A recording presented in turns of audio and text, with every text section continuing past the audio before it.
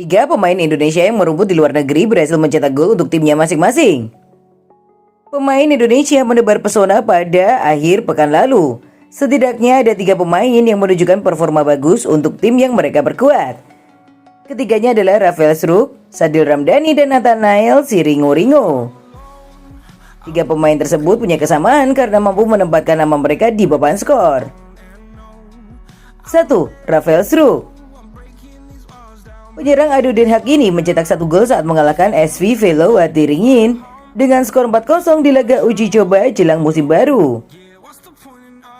Struijk melakukan soloran dari tengah lapangan usai mendapatkan bola liar untuk membobol gawang Velo. Solorannya tak terhentikan oleh pemain lawan. Begitu masuk ke kotak penalti, Struijk mengecoh satu pemain dan melepaskan tembakan terarah yang tidak mampu dibendung kiper Velo. 2. Sadil Ramdhani.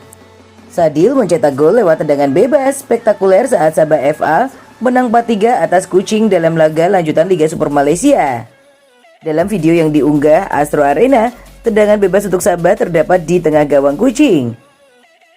Dengan posisi tersebut, Sadil bisa mengarahkan bola ke tiang kiri atau tiang dekat.